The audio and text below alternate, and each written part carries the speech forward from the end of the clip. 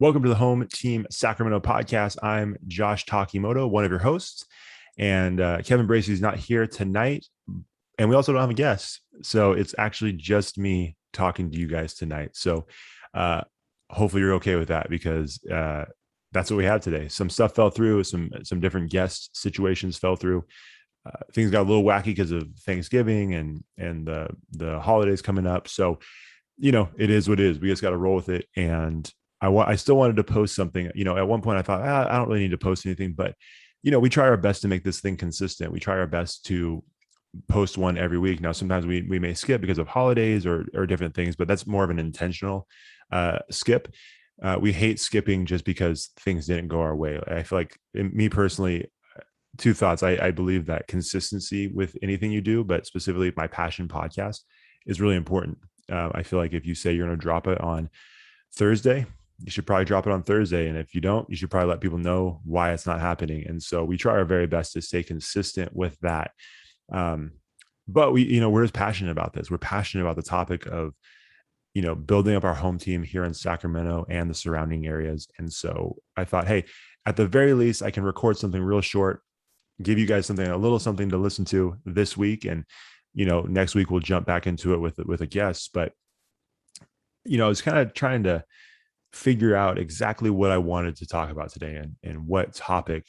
There's different things that I've talked to teams about before. I've done some team talks throughout the years, and I kind of went through some of that stuff. And, one of the things that I always find really interesting about coaching, and specifically coaching, but I think it applies to athletes as well. But if we're talking about specifically coaching, I always find such an interesting profession. It's an interesting job, right? Because your goal is to motivate, inspire, challenge, encourage, sometimes correct athletes that you're responsible for.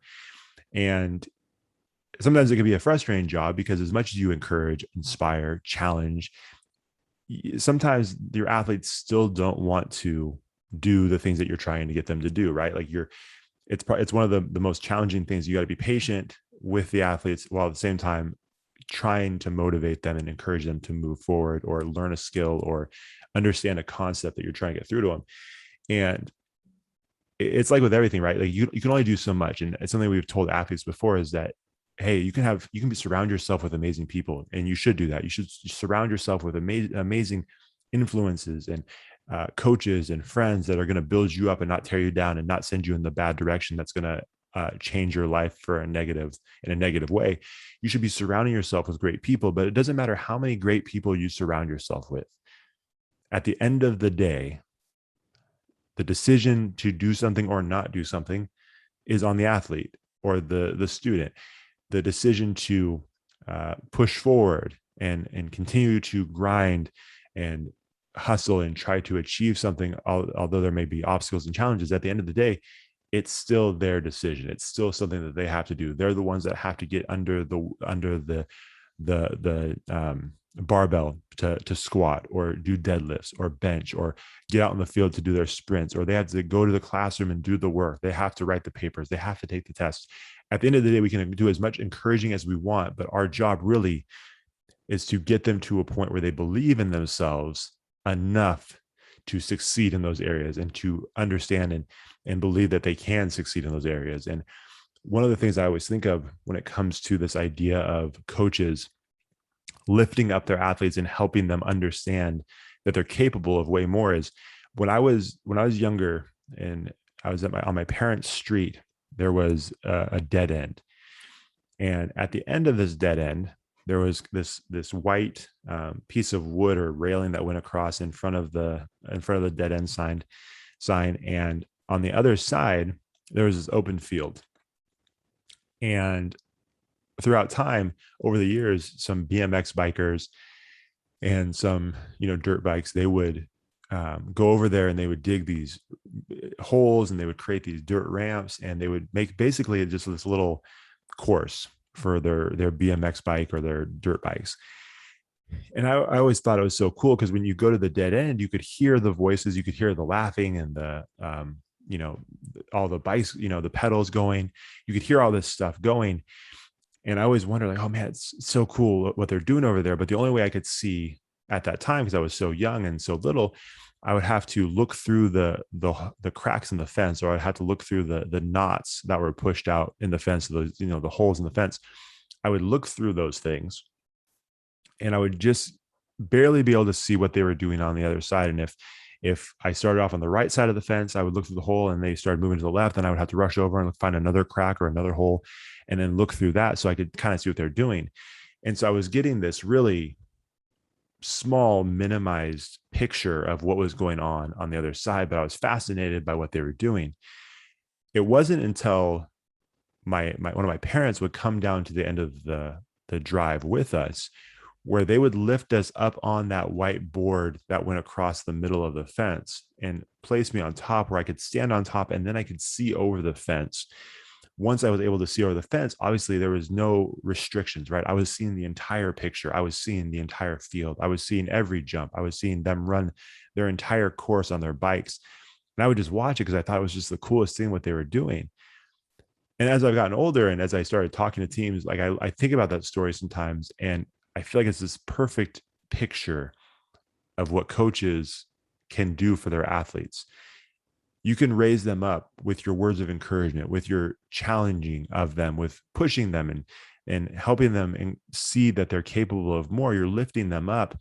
And instead of them looking at their lives and their abilities and their skills through these little holes in the fence or the cracks between the fence, and getting a very small view of their future life or their future greatness, you can help lift them up so they can see over the top of the fence. And then they get a greater view of what's possible. They get a greater view of what's on the other side of the fence. Now, it's still up to them whether or not they cross over onto that other side of the fence to experience the things that they're seeing or they believe or envisioning.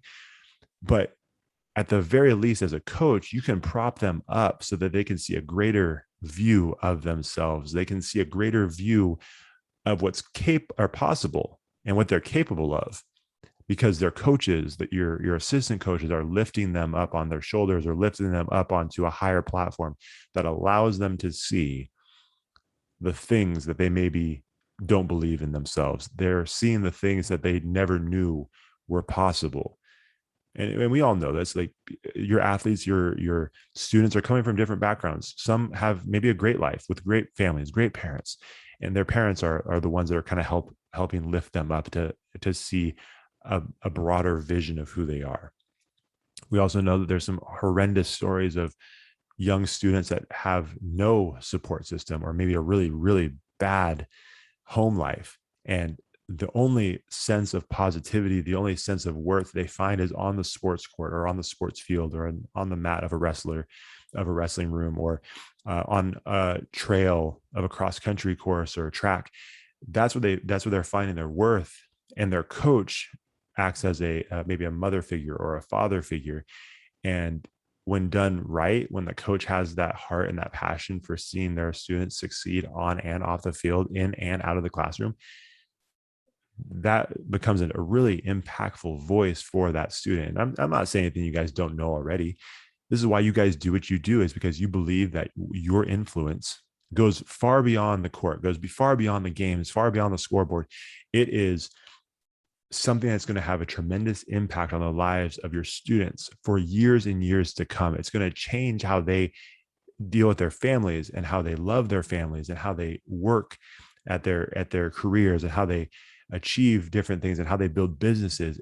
All of these things can be directly related to the experiences they have in sports, the disciplines, the work ethic, the sense of loyalty you have to a team, the character that comes and is built and revealed through sports. All of these things are molding and shaping and giving the tools to these students so that when they enter that next phase of life, whether it be college, whether it be the workforce, whether it's starting a family, whether it's building a business, all these different things, these are the tools that are going to help them get through those difficult times. And when there's maybe the temptation of cutting corners to make more money, or cut corners because it might be too difficult doing it the right way, they're not going to do it because they have this foundation of character and they have this foundation of discipline that they learned in sports.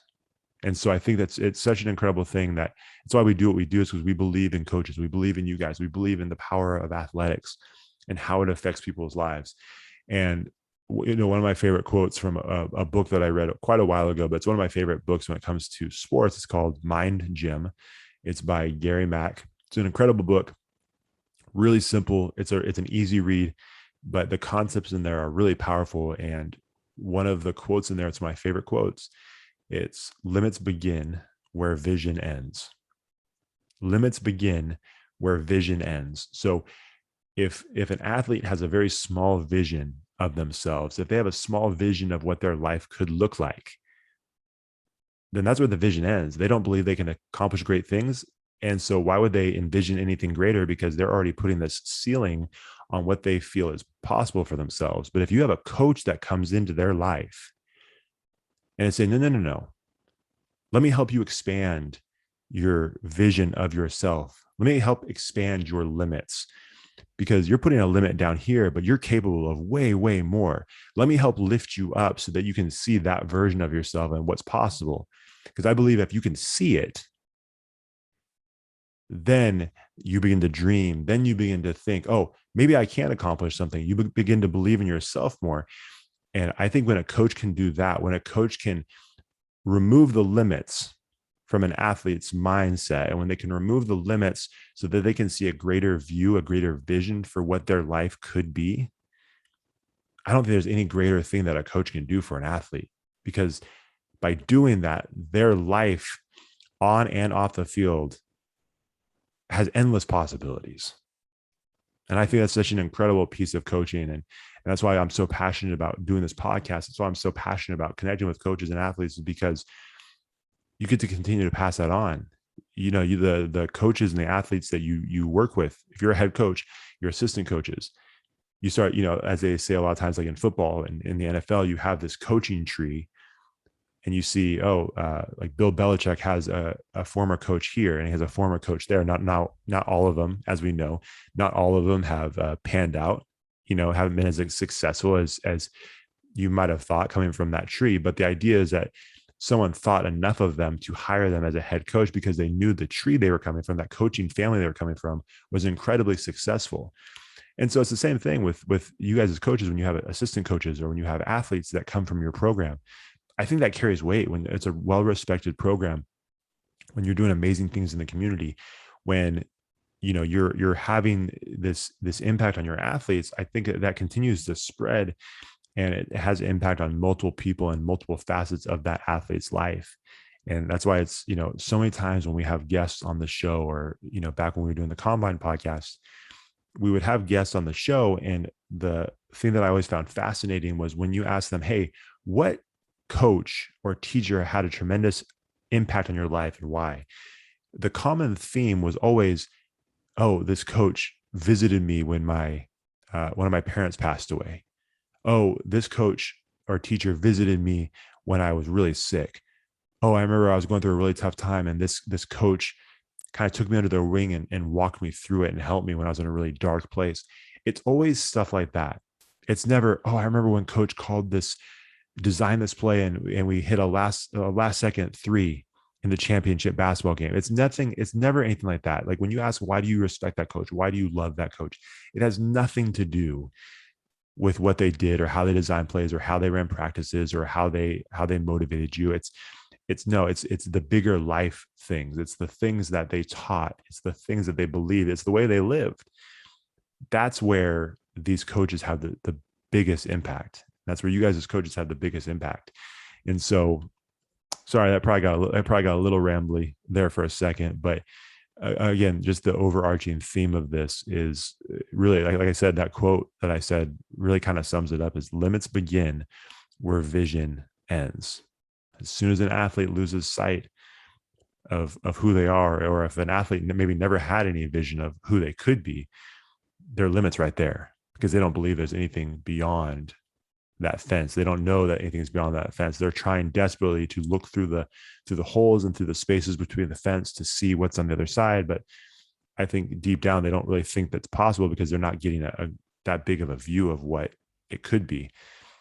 let's help lift them over the fence. Let's help lift them up so they can see something greater. Let's help them see all the possibilities that they have for their life, and on and off the court, and on and off the field. So, like I said, I want to keep that short. I don't want to ramble too much, because I could do this forever, but I'm not going to. We're going to keep this thing around 15 minutes. And, this is the week before the holiday break. So I know a lot of you coaches are probably really excited about that. You teachers and coaches, enjoy your break, enjoy your holiday. I hope that you guys get some rest, and then come back to school, come back to your sport, and just, energized and refreshed and rejuvenated, and, get after it again. So happy holidays, Merry Christmas to all you guys. And as always, you guys can follow us at Home Team Sac on all social media platforms, Instagram, Twitter, Facebook. If you're a coach and you're listening to this, make sure you join our Facebook group.